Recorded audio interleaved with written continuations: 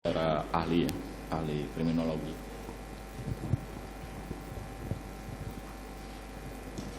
Tadi saudara sempat jelaskan di dalam kriminologi ada determinasi tindakan dan kehendak bebas. Anda bisa jelaskan kaitan itu dengan kejahatan? Jadi di dalam perkembangan pemikiran kriminologi dalam sejarahnya ada penjelasan yang disebut sebagai kehendak bebas, bahwa orang itu bertingkah laku sesuai dengan pilihan bebasnya dalam rangka mengejar kesenangan. Tapi perspektif atau paradigma ini kemudian ditinggalkan. Kriminolog lebih mencari penjelasan determinan, bahwa tindakan manusia dipengaruhi oleh faktor-faktor yang berada di luar yang bersangkutan. Kriminologi yang saya tekuni lebih mencari faktor sosiokultural yang mempengaruhi tingkah laku seseorang. Sosiokulturalnya. Ya. Kalau dalam kaitannya dengan motif, tadi saudara ahli sampaikan juga soal motif. Secara contoh motif itu sudah disampaikan tadi, misalnya percintaan dan segala macam. Tetapi secara teori motif itu sendiri terbagi dalam berapa bagian? Ya, motif tidak lagi menjadi perhatian kriminologi sosial karena sifatnya amat sangat individual dan kadang-kadang menyesatkan. Misalnya orang mengatakan motif ekonomi saya mencuri. Ada orang mempunyai motif ekonomi tapi bekerja, bukan mencuri.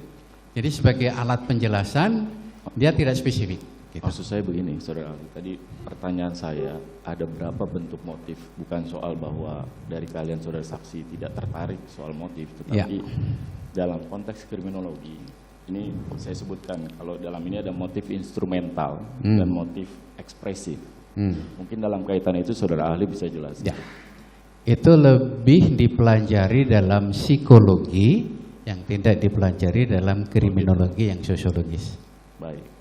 Kemudian kalau dalam konteks tadi ada motif, ada karakteristik individu, subkebudayaan, juga peran korban. Bisa saudara saksi sedikit singkat saja jelaskan kaitan, kalau motif tadi sudah disebutkan, karakteristik individu, subkebudayaan, dan kemudian peran korban. Maksudnya? Ya, bisa saudara ahli jelaskan dalam kaitan faktor tersebut terhadap terjadinya kejahatan. Jadi perilaku manusia yang dipelajari dalam kriminologi yang sosiologis tadi bisa dipengaruhi oleh faktor sosial budaya, antara lain orang bertingkah laku jahat karena mewarisi budaya kejahatan. Itu yang satu. Kemudian orang melakukan kejahatan karena pengendalian sosial dirinya lemah atau pengendalian sosial eksternalnya juga lemah. Orang melakukan kejahatan sebagai suatu pilihan untuk mencapai sukses, itu disebut sebagai inovasi. Orang melakukan kejahatan melalui proses belajar, tapi yang ini adalah ketika orang tersebut menjadikan kejahatan itu kebiasaannya, terbentuk karakter jahat melalui proses menjadi orang jahat. Ya. Kemudian ada juga orang melakukan kejahatan karena tuntutan sosial budaya. Dalam keadaan seperti ini kamu harus melakukan ini. Dalam keadaan seperti ini kamu harus melakukan ini. Itu pengaruh budaya. Kemudian ada orang melakukan kejahatan justru sebagai reaksi terhadap label yang diberikan oleh masyarakat. Saya ini bukan penjahat, tapi kok masyarakat selalu menyebut saya penjahat. Akhirnya lebih baik saya menjadi penjahat daripada itu labeling. Ya. Kemudian ada juga kejahatan yang merupakan definisi dari yang membuat, terutama penguasa. Ada tindakan yang dikategorikan kejahatan, ada yang tidak. Itu definisi formal. Gitu. Dan sering juga ada definisi masyarakat, konstruksi masyarakat. Jadi itu pengaruh-pengaruh tadi yang dipelajari dalam kriminologi. Baik, terima kasih. Itu faktor-faktor yang tadi mempengaruhi orang melakukan kejahatan. Dalam kaitan sekarang kita bicara soal kasus pembunuhan. Ya. dalam kaitan dengan pembunuhan, motif-motif apa yang bisa kita nilai bahwa itu bagian dari sebuah pembunuhan berencana atau itu sebagai pembunuhan biasa? Dalam kaitan tadi kalau saya sempat singgung tadi sebenarnya ada motif instrumental, kemudian ada motif yang sifatnya ekspresif. Saya tidak menjelaskannya dalam dimensi motif, tapi membedakannya adalah apakah itu reaksi seketika ketika dia marah atau reaksi yang ada jeda waktu untuk melakukan pembunuhan. Itu yang membedakan di situ. Karena ketika reaksi seketika melakukan pembunuhan itu dengan alat apapun yang ditemukan di situ, jadi tidak milih-milih. Gitu. Tapi kalau ada jeda waktu, seperti tadi saya katakan, ketika mau melaksanakan pembunuhan ada petir, kemudian dia terhenti. Untuk waktunya sendiri Relatif. tidak disebutkan berapa lamanya. Relatif. Baik, kalau kemudian waktunya relatif, selain ukuran waktu, ukuran apa lagi yang digunakan untuk menilai bahwa suatu pembunuhan ini berkaitan dengan konstruksi pembunuhan berencana atau yang biasa? Ya, jadi bisa dilihat dari ketika dia melaksanakan itu, apakah sudah menyiapkan alat untuk melakukan pembunuhan, bisa macam-macam. Ya. Kemudian dia juga bisa merencanakan nanti agar supaya tidak diketahui melakukan pembunuhan, apa yang harus saya lakukan sebelum melaksanakan pembunuhan. Jadi itu perencanaan bagaimana melakukan, bagaimana menghilangkan jejak. Sebelum melakukan pembunuhan sudah dibuat perencanaan termasuk ketika terjadi. Setelah terjadi pembunuhan apa yang harus dilakukan, begitu ya? Termasuk.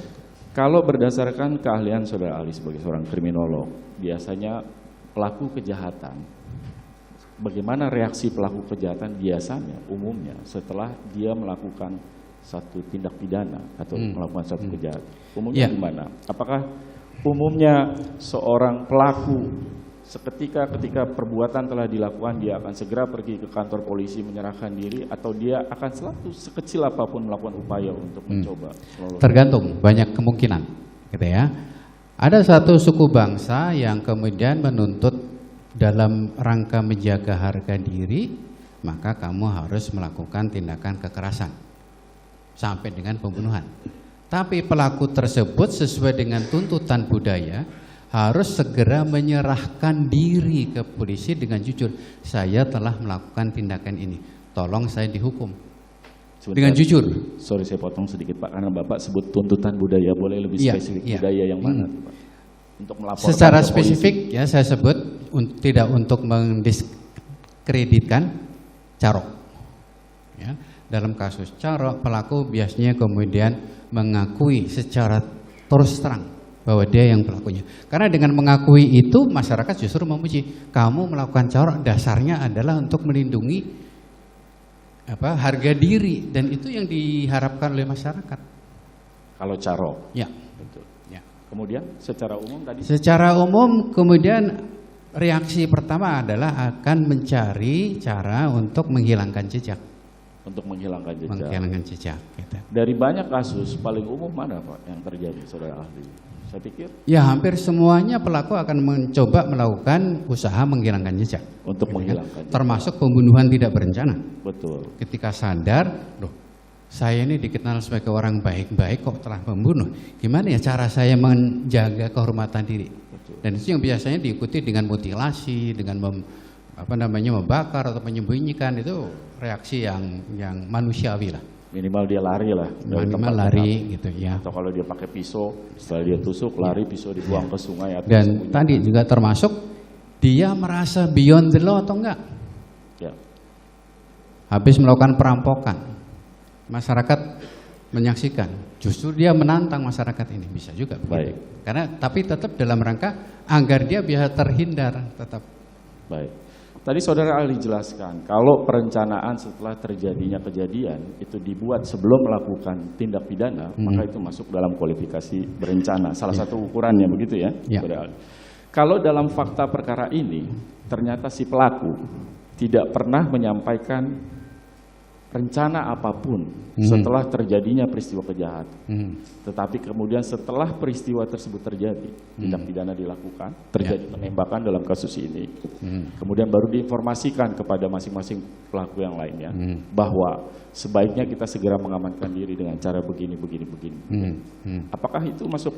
Termasuk perencanaan. Kok bisa? Gimana? Ya, Ahli jelaskan. karena gini, sebelum melakukan sudah mempertimbangkan apa yang harus dilakukan setelah Enggak, itu. bukan Pak, Saudara Ahli. Makanya saya koreksi. Kalau tadi kita paham, Saudara Ahli kan sampaikan, sebelum dilakukannya tindak pidana dalam fakta ini, sebelum penembakan, kemudian disampaikan kepada pelaku yang lain bahwa nanti kalau terjadi penembakan, yang akan kita lakukan adalah 1, 2, 3, 4, ABCD. Dalam fakta ini, tidak diinformasikan itu sebelum terjadi peristiwa tersebut. Setelah penembakan baru kemudian pelaku menyampaikan, karena ada penembakan ini maka kita harus lakukan A, B, dan C. Apakah kemudian parameter tadi menjadi ukuran juga dalam konteks? Saya menjelaskan itu berdasarkan kronologi yang saya terima dari penyidik. Baik, Gitu. kalau begitu saya Jadi tanya. sekarang gini, melakukan analisa harus berdasarkan data yang dapat dipercaya, gitu, ya. Dan data formal cenderung bisa dipercaya. Dan ketika saya membaca kronologi, oh ini ada perencanaan sebelum dilakukan tindakan. Saudara Ahli baca semua BAP dalam perkara ini. Hanya yang diberikan kepada saya. Yang diberikan yang mana? Khusus untuk meminta keterangan saya. Iya, maksudnya kan ini ada banyak keterangan saksi-saksi. Waktu Saudara Ahli dikonfirmasi keterangannya, kan tadi disampaikan berdasarkan informasi yang sebatas disampaikan penyidik. Saya tanyakan, Gitu. berita Saudara Ahli baca nggak semua berita acara dalam berkas perkara, bukti-bukti yang disajikan Tidak. dalam berkas perkara? Hanya yang diberikan kepada saya. Yang mana yang diberikan kepada Ahli? Itu ada Berita di acaranya. berkas perkara pemeriksaan saya. Gitu. Informasinya, keterangan, maksud saya, apakah jalan cerita itu hanya pada satu keterangan saksi saja atau juga berikut dari keterangan saksi yang lain secara lengkap? Keterangan secara lengkap siapa saja yang ikut serta di dalam peristiwa itu semenjak dari Magelang sampai dengan di Jakarta. Artinya Saudara Ahli sudah baca semua BAP? Bukan, Termasuk BAP saya Papua? tidak bisa mengatakan semua BAP. Tapi yang diberikan oleh penyidik kepada saya. Ya makanya saya tanya Ahli Kan tadi, BAP-nya kalau BAP-nya yang kan mana? banyak tuh, tebal sekali kan? Yes. Yang diberikan kepada saya cuma Sedikit, kronologinya aja. cuma sedikit, versinya Iya, penyidik. penyidik. Baik. Kalau tadi di dalam keterangan persidangan ini, kan Saudara Ahli dikonfirmasi berdasarkan fakta di persidangan. Fakta di persidangan ini Pak yang dikonfirmasi sama jaksa dalam kacamata jaksa. Sekarang saya pakai kacamata penasehat hukum ya Pak, karena kita terpaksa harus masuk ke dalam fakta langsung tanpa ilustrasi. Dalam fakta kacamata penasehat hukum, apabila suatu rencana disampaikan kepada pelaku lain setelah terjadinya penembakan, kemudian baru diinformasikan bahwa nanti karena ada penembakan ini saya mesti selamatkan Anda lakukan A, B, dan C. Apakah kemudian kualifikasi yang tadi Saudara Ahli sampaikan, perencanaan sebelum itu masuk sebagai kualifikasi juga? Ini mesti konsisten ya, sama Kalau menjawab dari uraian penasihat hukum, memang tidak ada unsur perencanaan. ya. Tetapi ada unsur penghilangan jejak. Sebentar Pak, Gitu. saya satu-satu penghilangan jejaknya nanti. Ini kita lagi bicara soal berencana dengan kualifikasi ukuran yang Saudara Ahli tadi sampaikan gitu ya. Jadi kalau dengan konstruksi yang saya sampaikan tadi, perencanaan tidak ada. Tolong dijawab Pak. Ya, tidak ada. Tidak ada. Kalau yang disampaikan oleh penasihat hukum tadi. Betul, betul. Baik. Kemudian kami tanyakan kepada Saudara Ahli pernah melakukan penelitian secara khusus untuk kasus-kasus kekerasan seksual? Kekerasan seksual tidak saya pelajari secara khusus, tapi saya mempelajari hasil-hasil penelitian Hasil penelitian. tentang kekerasan seksual. Boleh Boleh sebutkan satu di antara. Satu yang penting yang kemudian berbeda dari yang lain adalah penelitian yang dilakukan oleh Menagim Amir tentang victim precipitated forcible rape. Forcible rape. Ya. Oke. Dalam penelitian tersebut atau dari data lah yang ahli punya dalam studi-studi kriminologi, berapa persen korban kekerasan seksual itu melakukan tindakan lanjutan setelah terjadinya peristiwa kekerasan seksual yang terjadi terhadap dirinya? Kalau tadi kita berasumsi harusnya dia segera pergi ke kantor polisi, dia buat laporan, dia lakukan visum secara formal. Berapa persen prosentasenya? Karena kami juga membaca beberapa penelitian terkait itu. Saya tidak bisa memberikan figur yang pasti, tapi relatif rendah. Relatif rendah. Karena menyangkut harkat martabat dari seseorang. Karena ketika dia mengalami perkosaan itu kan sudah suatu derita. Dia nggak mau derita itu diberikan atau diketahui oleh orang lain. Bahkan bisa terjadi korban perkosaan ini justru disalahkan oleh masyarakat. Itu bisa terjadi. Sehingga prosentasenya relatif rendah, kecuali dalam pengamatan saya dalam periode tertentu ini tingkatnya naik. Tidak selaras dengan teori. Kemudian saya telusuri, ternyata korbannya adalah anak-anak. Yang kemudian melaporkannya adalah orang tuanya. Wakilnya. Gitu. Kemungkinan karena kalau orang dewasa dia menyadari betul, kalau anak-anak dia masih bisa dituntun untuk menyampaikan laporan, ya. Baik. Saudara ahli, dalam kaitan dengan kekerasan seksual, bahkan ada, saya tidak perlu sebutlah lembaga atau apa, ya. Ada satu instansi misalnya, ini saya tidak sebut, ya. Tapi kemudian antara korban, dan mungkin ini terjadi juga di masyarakat, antara korban dengan pelaku itu justru bertemu, bernegosiasi, mencari penyelesaian. Apakah itu mungkin dilakukan? Mungkin dilakukan, karena begini, bagi korban itu yang penting pemulihan harkat dan martabat. Bahkan ada kasus korban perkosaan minta dinikahi oleh pelaku dan itu akan mengurangi beban psikologis traumatisnya. Baik, terima kasih Saudara Ali. Artinya ada kemungkinan duduk bersama membicarakan cara menyelesaikan ini. Baik. Kemudian tadi Saudara ahli menyebutkan soal motif, ya. Walaupun itu tidak jadi perhatian. Pertanyaan saya sederhana, apakah dalam kasus pembunuhan, ini karena saya baca juga beberapa buku kriminologi, pasti ada motifnya, tidak mungkin tidak ada motifnya. Saya tidak menyebut motif, tetapi latar belakang yang mendahului, peristiwa-peristiwa yang mendahului. Karena seperti tadi saya katakan, motif itu kadang-kadang dipakai penjelasan secara menyesatkan. Oleh itu harus dicari peristiwa-peristiwa yang mendahului. Peristiwa pasti yang ada, kecuali yang tadi tidak berencana, mendadak, tiba-tiba. Gitu. Mendadak, ya. Apabila seseorang pelaku, ini untuk membedakan reaksi yang tadi kalau bahasa ahli spontan, walaupun kemudian jangka waktunya itu relatif, tapi itu lebih pada keadaan-keadaan psikis, situasional. Apabila ini fakta, misalnya fakta persidangan, apabila sudah ada agenda dari pelaku sebenarnya, pelaku akan melakukan konfirmasi, akan bertanya kepada si korban pada saatnya nanti, masih nanti malam. Dan pelaku juga sudah diagendakan bahwa seharusnya sesuai dengan jadwal rutin, dia harusnya pergi ke satu tempat untuk melakukan aktivitas.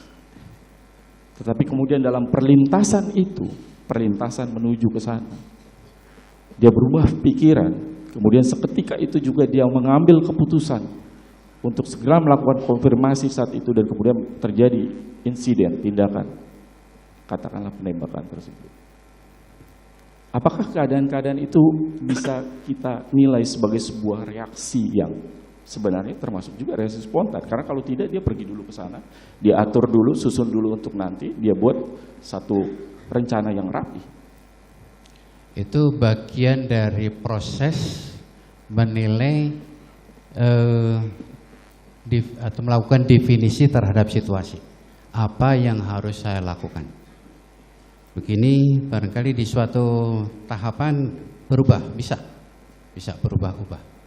Mana yang kemudian selalu pertimbangannya, mana yang oleh pelaku dirasakan paling menguntungkan. Oke, dalam perubahan itu yang tadi, makanya saya tanya ahli, karena ini dicocokkannya langsung ke dalam fakta. Katakanlah rencana itu sudah dibuat, katakanlah ini kita berandai ya. Kemudian dibatalkan, tiba-tiba dia masuk seperti itu. Rencananya juga mengkonfirmasi ya, bertanya, mengklarifikasi. Kemudian maksud itu, waktu, kemudian agenda lain, itu tiba-tiba karena dia melihat si korban melintas dan melihat korban tepat berada di hadapannya, dan seketika itu juga dia melakukan tindakan. Apa bisa itu dibilang? Bisa merupakan pemicu, memperkuat kalau ada peristiwa-peristiwa yang sebelumnya. Tadinya barangkali gimana? Saya mau negosiasi atau mau melakukan mediasi atau kemudian rekonsiliasi. Tapi dalam perjalanan ketika kemudian bertemu dengan calon korban, ya kan, emosinya lebih muncul. Bisa muncul. Kemudian ketika emosi itu muncul, terpicu, terjadi peristiwa itu. Dalam ukuran tadi, konstruksi, karena kalau dalam pidana, konstruksi berencana mencakup dua, soal waktu dan keadaan psikologis, keadaan yang sangat emosional. Bagaimana pandangan ahli? Harus begini. Seketika ketika dia melihat calon korban langsung bertindak. Segera dia langsung bertindak. Segera. Artinya yang seharusnya dia masih berpikir panjang, ketika dia melihat segera dia bertindak saat itu juga. Baik, itu 20 menit lagi, Saudara Penasihat Hukum. Itu dalam ukuran reaksi yang seketika, mengesampingkan dalam konteks pembunuhan berencana tadi ya, Saudara ahli ya. Kemudian Saudara ahli, tadi kita sudah singgung sedikit soal kekerasan seksual. Ya. Saudara ahli tadi singgung bahwa dari data sedikit sekali sebenarnya yang menyampaikan laporan, melakukan visum bahkan mungkin. Padahal kejahatan kekerasan seksual karena ini dua terjadinya biasanya di tempat tertutup. Ya, tertutup, sedikit orang tahu. Apakah bukti-bukti lain di luar itu, di luar tadi, di luar visum, bukti petunjuk misalnya, bahwa setelah kejadian ada orang, ini kalau di luar ada masyarakat yang menemukan si korban dalam keadaan lemah setelah terjadi peristiwa tersebut, dalam keadaan lemah. Kemudian situasi, kondisi di tempat itu tergambarkan bahwa terjadi satu peristiwa, kasur berantakan, tempatnya berantakan. Sebagai sebuah bukti petunjuk dan kemudian dilakukan assessment secara psikologis soal keadaan psikologis dari si korban. Apakah bisa digunakan sebagai salah satu petunjuk? Sekali lagi saya bilang, petunjuk. Bisa, tetapi harus juga didukung oleh bukti-bukti yang lain. Betul. Jadi tidak cukup tunggal, ya. Karena persoalan perkosaan ini paling sulit untuk dibuktikan. Sangat sulit dibuktikan. Paling sulit. Ya. Dalam banyak kasus. Dalam banyak kasus. Tadi saudara ahli sebutkan, tapi harus didukung dengan bukti lain selain petunjuk. Di fakta ini, setelah terjadi peristiwa, kemudian ada dua orang,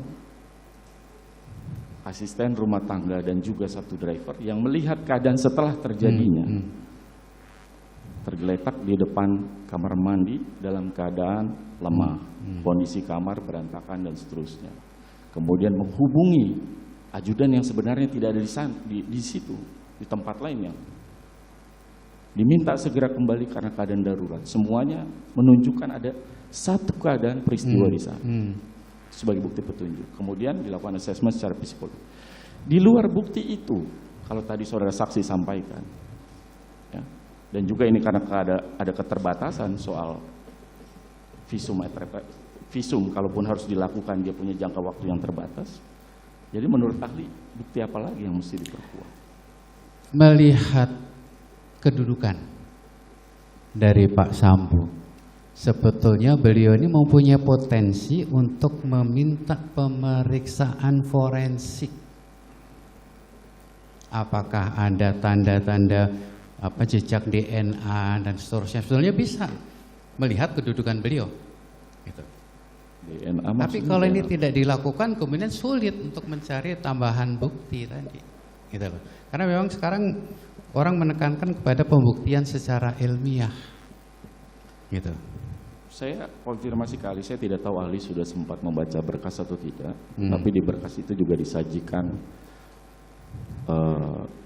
apsifor, ya, psikologi forensik, ya, yang melakukan analisa terhadap assessment terhadap semua pihak yang ada di dalam perkara itu, termasuk saudara Putri. Termasuk adanya indikasi kuat ada traumatik berat, kondisi traumatik berat dalam hubungan itu. Menurut saudara ahli itu tidak bisa juga digunakan? Bisa digunakan. Tapi tidak cukup hanya satu petunjuk saja. Ya, makanya saya sampaikan tadi saudara ahli, ini kan ada apsifor, ada kesaksian si A, si B, si C, semuanya itu kan bentuk kesaksian. Karena penjelasan itu tidak boleh bertumpu hanya pada satu informasi, harus saling bersesuaian antara satu dengan yang lain.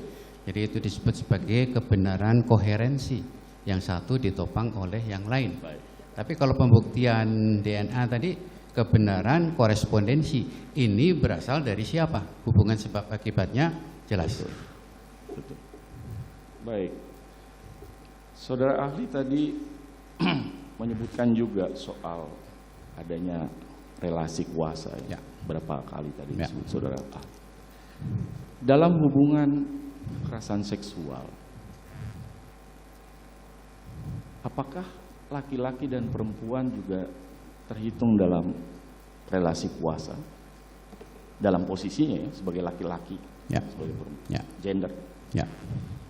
Kemudian dalam tadi juga dihubungkan dengan bagaimana karakteristik individual, misalnya bahwa si orang ini, si laki-laki ini, dia punya kemampuan tubuh yang lebih besar, punya kemampuan bela diri yang baik.